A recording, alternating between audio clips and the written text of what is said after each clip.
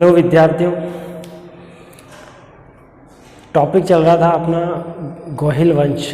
गोहिल वंश में मैंने आपको पहले बताया था कि शाखाएं थी। राजस्थान के अंदर मेवाड़ वंश था, चित्तौड़ में गोहिल था और गोहिल में गोहिलादित्य था। पिछला हमने जो अध्ययन किया था मैंने आपको बताया था सुल्तान में क्या अंतर होता है और बादशाह में क्या अंतर होता है, उसका हमने अध्ययन किया था। गोहिलों की शाखाएं हमने पढ़ी थी। कर्नल जेम्स टोड ने गोहिलों की 24 शाखाएं बताई थी। फिर मैंने आपको बताया था बच्चों कि 8 पीढ़ियां थी। अल्लठ इंटरनेशनल मैरिज की हमने बात की थी। राजस्थान का पहला जिसने अंतर्राष्ट्रीय विवाह किया था वो अल्लठ था। और फिर हमने भारत की बात की थी। भारत में पहला विवाह करने वाला मौर्य वंश का चंद्रगुप्त मौर्य था। इतनी बातें हमने की थी। आज उसके आगे का अध्ययन करेंगे और चैप्टर हमारा चल रहा है गोहिल वंश। गोहिल वंश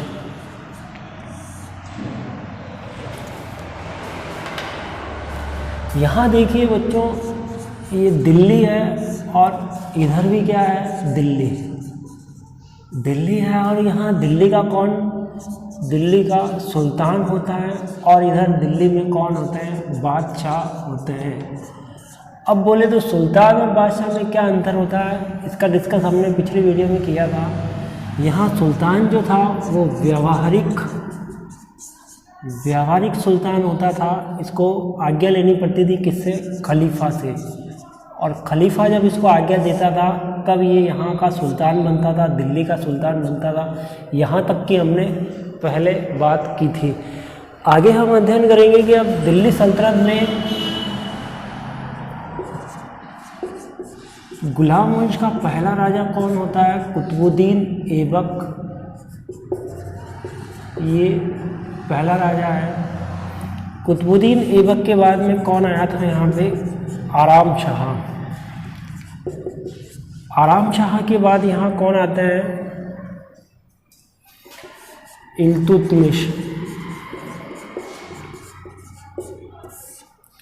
यहाँ कुतुबुद्दीन ऐबक का समय काल रहता है बच्चों 1206 से 1210। आराम शाह का समय रहता है 1210, 1211 से 1236 समय काल रहेगा इल्तुतमिश का। यहाँ तक का हमने पहले डिस्कस किया था। यहाँ आप देख रहे हो कुतुबुद्दीन ऐबक गुलाम वंश का शासक है। फिर हम देख रहे हैं आराम शाह है। आराम शाह के बाद यहाँ इल्तुतमिश आता है। अब यहाँ क्या घटना घटती है यहाँ पे, यहाँ देखिए एक नाम आता है जैत्र सिंह। जैत्र सिंह को ऐसे समझना है आपको, जैत्र, चित्र और इत्र। जैत्र से हो जाएगा ये जैत्र सिंह और चित्र से हो जाएगा चित्तौड़ और इत्र से हो जाएगा इल्तुतमिश।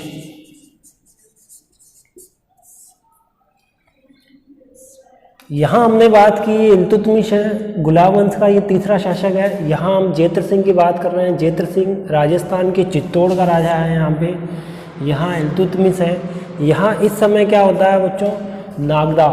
अभी पहले मैंने आपको बताया था बप्पा रावल। बप्पा रावल ये कहाँ का राजा था, नागदा का राजा होता है। अब ये नागदा कहाँ पर स्थित है, ये नागदा उदयपुर में स्थित है। कौन सी जगह स्थित है बच्चों, उदयपुर में। यही बप्पा का मैंने आपको बताया था, बप्पा की उपाधि बप्पा होती है। फिर मैंने आपको ये बप्पा की उपाधि बप्पा होती है, इसका वास्तविक नाम कालभोज होता है। यहाँ इस इल्तुतमिश ने नागदा पर हमला किया था। कौन सी जगह, नागदा पर हमला किया था। और इस समय नागदा का कौन था, ये जैत्र, चित्र और इत्र। तो जैत्र सिंह यहाँ का राजा था नागदा का। इल्तुतमिश नागदा पर हमला करते हैं। नागदा कहाँ पर है, उदयपुर में बताया बच्चों मैंने, ये उदयपुर में है।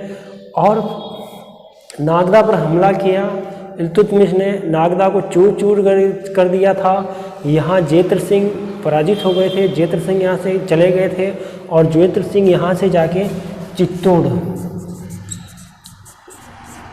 को जेत्र सिंह ने अपनी क्या बनाई, राजधानी बनाते हैं। ये चित्तौड़ को राजधानी बनाई क्योंकि अब नागदा पर इल्तुतमिश का हमला हो गया था। इल्तुतमिश ने नागदा को चकनाचूर कर दिया था। नागदा पहली जैसी स्थिति में नहीं रह गया था। पहले जैसे राजनीतिक, सामाजिक और आर्थिक दृष्टि से जितना ये समृद्ध था ना, अब उतना ये समृद्ध नहीं है।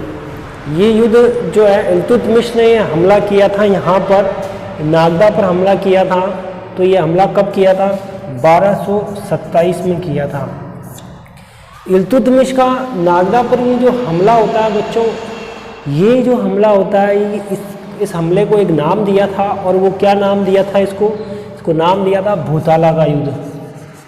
भूताला का युद्ध। तो जेत्र सिंह की आपको यहाँ ये चीज़ ध्यान रखनी है। जेत्र सिंह किसके समय था, इल्तुतमिश के समय था। इल्तुतमिश कौन था, ये पहला है, दूसरा और तीसरा। कुतुबुद्दीन ऐबक ये देख रहे हो, पहला है, आराम शाह दूसरा है और इल्तुतमिश तीसरा है। 3 सुल्तान। इल्तुतमिश के समय कौन था, जेत्र सिंह था। यहाँ ये जेत्र सिंह है। जेत्र को कैसे याद रखोगे, जेत्र चित्र इत्र। युद्ध कब होता है, 1227 में होता है। उस समय कौन था दिल्ली का, इल्तुतमिश होता है। यहाँ पे नागदा राजधानी होती है। नागदा को चकनाचूर कर दिया था। अब जेत्र सिंह ने नई राजधानी बना ली थी और ये नई राजधानी में आ गया जेत्र सिंह और यही नई राजधानी में अब रहने लगा था। इस युद्ध को कौन सा युद्ध कहा, भूताला का युद्ध कहते हैं। कौन सा युद्ध कहते हैं, भूताला का युद्ध कहते हैं। यहाँ तक ठीक है। मैंने अभी बात की थी बच्चों, दिल्ली है और दिल्ली है। यहाँ मैंने बताया सुल्तान व्यवहारिक होता है। खलीफा मैंने आपको बताया, ये खलीफा है। खलीफा से मान्यता लेते थे तब ये सुल्तान बनते थे। यहाँ गुलाम वंश में कुतुबुद्दीन ऐबक पहले नंबर का है, आराम शाह दूसरे नंबर पे आता है, इल्तुतमिश तीसरे नंबर पे। 3 सुल्तानों की हमने बात की। इल्तुतमिश के समय जेत्र सिंह था। जेत्र चित्र इत्र, जेत्र से जेत्र सिंह होगा, चित्र से चित्तौड़ हो जाएगा, इत्र से इल्तुतमिश हुआ। यहाँ पे यहाँ तक की बात की। भूताला का युद्ध हुआ, हमने भूताला के युद्ध की बात की। अब हम बात करेंगे बप्पा रावल की। बप्पा रावल है नागदा के अंदर। तो बप्पा रावल के इतिहास को, बप्पा रावल कौन था, बप्पा रावल का वास्तविक नाम क्या था,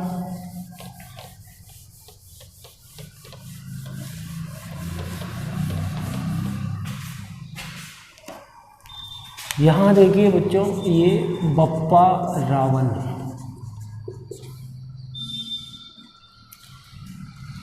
बप्पा रावल, बप्पा इनकी उपाधि होती है। बप्पा का वास्तविक नाम क्या है, काल भोज होता है। बप्पा रावल कहाँ के राजा थे, नागदा के राजा थे। बप्पा कौन था, गोहिल वंश का राजा होता है।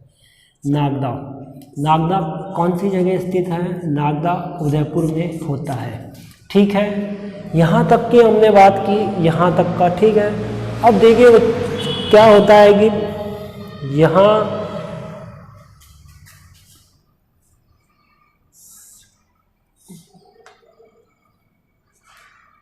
मैंने आपको बताया था कि कर्नल जेम्स टोड ने जो 8वीं पीढ़ी के थे उनका नाम था नागादित्य।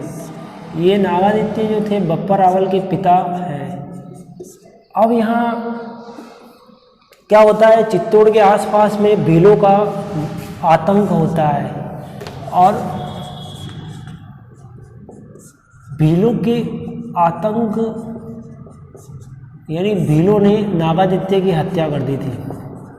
नागादित्य की हत्या कर दी थी। नागादित्य की विधवा पत्नी कहीं जाकर छिप गई थी। अब क्या हुआ कि विधवा पत्नी ने एक पुत्र को जन्म दिया जिसका नाम था बप्पा। अब आसपास के कौन है, नागर जाति की एक थी कमलावती। अब यहाँ तक का देखिए बच्चों क्या होता है, नागादित्य बप्पा रावल के पिता कौन थे, इनके पिता जो थे वो चित्तौड़ के राजा थे, गोहिल वंश के थे, हमने देखा गोहिल वंश के थे। और फिर क्या होता है कि भीलों ने, सब लोगों ने मिलकर हमला किया था। अब जब भीलों ने यहाँ पर हमला कर दिया, अब भीलों ने यहाँ पे हमला किया और नागादित्य की हत्या कर दी थी, हत्या कर दी। नागादित्य की विधवा पत्नी कहीं जाकर छिप गई थी और फिर उसने एक पुत्र को जन्म दिया था। वही पुत्र कौन कहलाया? बप्पा रावल कहलाया था। ये बप्पा रावल जब बचपन में कमलावती, नागर गोत्र की, नागर जाति के ब्राह्मण परिवार की रहने वाली कमलावती भी एक दुर्ग में जाकर छिप गई थी। और वो दुर्ग कौन सा दुर्ग होता है?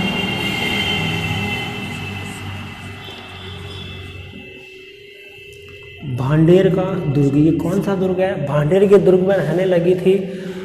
बच्चा जो था बप्पा रावल, उसका जीवन जब धीरे धीरे बप्पा बड़ा हुआ तो बचपन में कुछ ऐसी घटनाएं घटी जो इतिहास में एक परिवर्तन लेकर आती है, बप्पा के जीवन में परिवर्तन लेकर आती है। तो इसकी बचपन की घटनाएं कौन सी होती है बप्पा रावल की?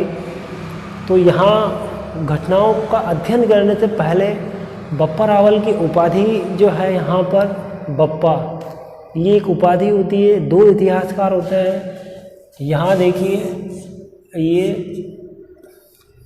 डॉक्टर श्यामल दास और यहाँ दूसरा इतिहासकार है कर्नल जेम्स टोड।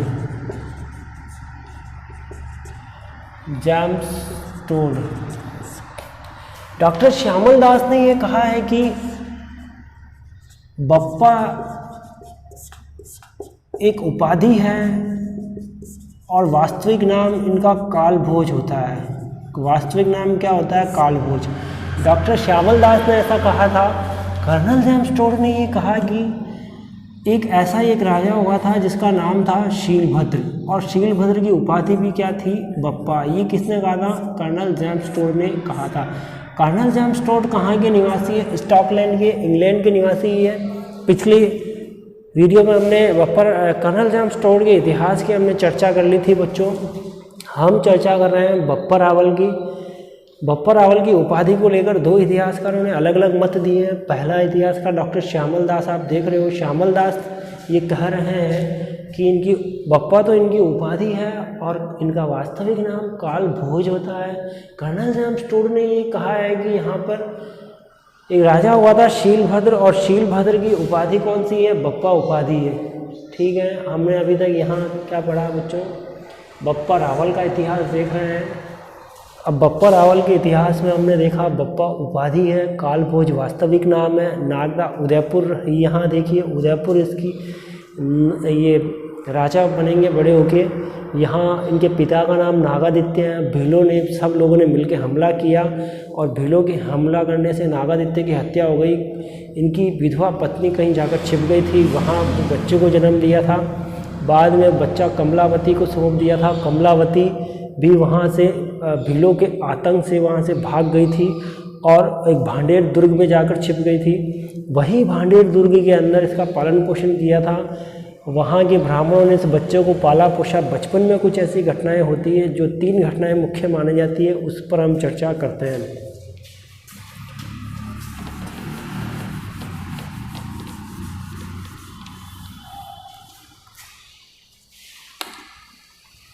देखिए, सबसे पहली घटना क्या होती है? यहाँ सोलंकी वंश का राजा वाली घटना, सोलंकी वंश के राजा वाली पहली घटना होती है। दूसरी गायों को चराने वाली कहानी होती है। और तीसरे नंबर पे हारित ऋषि, एक इतिहासकार हैं मुणहोत नैन्सी।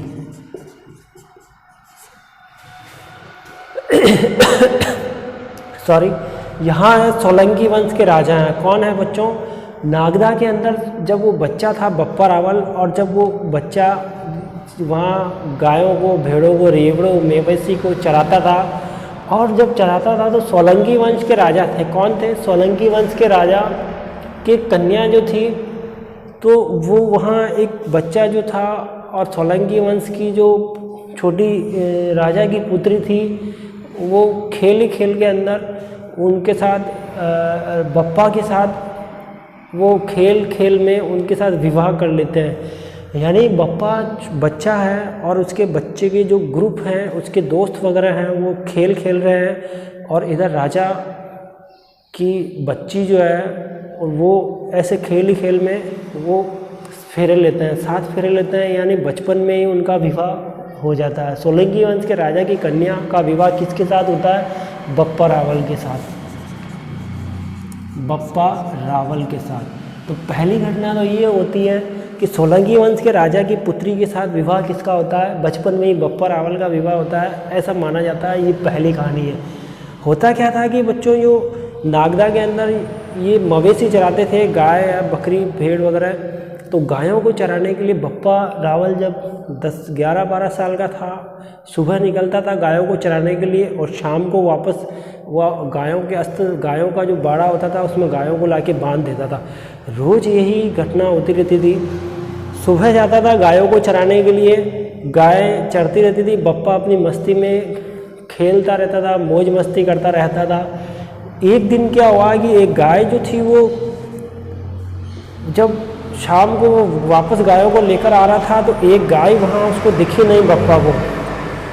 उस गाय की तलाश करने के लिए बप्पा जंगलों में इधर उधर गया, सभी जगह उसकी तलाश की उस गाय की।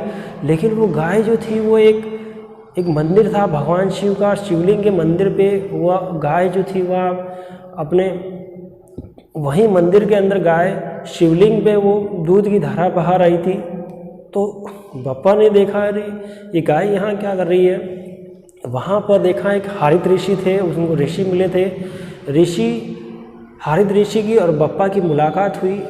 हारित ऋषि के चरणों में बप्पा गिर गए थे, बच्चा था। ऋषि को देखा, ऋषि ने उसको कहा कि तू मेरे पास रहेगा। ऋषि ने उसको ज्ञान दिया, उसको तर्क की विद्या, धनुर्विद्या, तर्क। जिस तरह से प्राचीन भारत के इतिहास में हम देखते हैं कि कौटिल्य का नाम आप सुने हो, ने चंद्रगुप्त मौर्य को तक्षशिला में ज्ञान दिया था। उसी प्रकार हारित ऋषि जो थे, हारित ऋषि ने बप्पा को सभी विद्याओं में निपुण किया और बाद में बप्पा जो थे वो चित्तौड़ के आगे जाके राजा बने थे। मनोहर नैन्सी के अनुसार ये कहा जाता है कि हारित ऋषि ने बप्पा को एक खजाना बताया था जिसमें खूब सारा सोना चांदी हीरे जवाहरात थे। तो ये बचपन की 3 घटनाएं थी। पहला सोलंकी वंश का राजा बप्पा राव, सोलंकी वंश के राजा की कन्या के साथ विवाह, ये पहली घटना थी। बप्पा के साथ इनका विवाह होता है। गायों को चराने वाली घटना मैंने अभी बताई और उस गायों की चराने वाली घटना से ये गाय भगवान शिव के मंदिर में चली जाती है और वहीं पर उनको कौन मिलते हैं? बप्पा रावल को हारित ऋषि मिलते हैं। ये दूसरी कहानी थी। तीसरी कहानी की हमने बात की कि हारित ऋषि है यहाँ पे, जो मनोहर नैन्सी के इतिहासकार ने कहा कि हारित ऋषि ने खजाना बताया था बप्पा रावल को, और बप्पा रावल को जब वो खजाना मिला तो खजाने से इसने बहुत सारी सेना बनाई थी, बहुत बड़े साम्राज्य पर अधिकार किया था, चित्तौड़ के राजा बने थे बप्पा रावल। यहाँ तक का हमने इतिहास देखा बप्पा रावल का। तो हमने बप्पा रावल की शुरुआत की थी। इनके पिता कौन थे? नागादित्य इनके पिता थे। भीलों का आतंक था।